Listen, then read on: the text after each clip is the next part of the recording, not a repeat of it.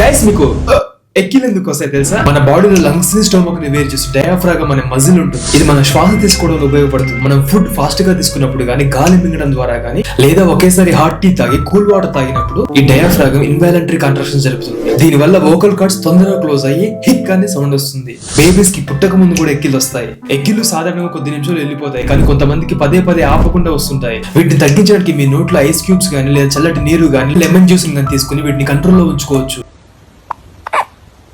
మీకు ఎక్కిలు పడడానికి చిట్కా తెలిసి కింద కామెంట్ చేయండి. అలాగే ఈ వీడియో ఎవరికైతే ఎక్కిలు వస్తే వాళ్ళకి షేర్ చేయండి.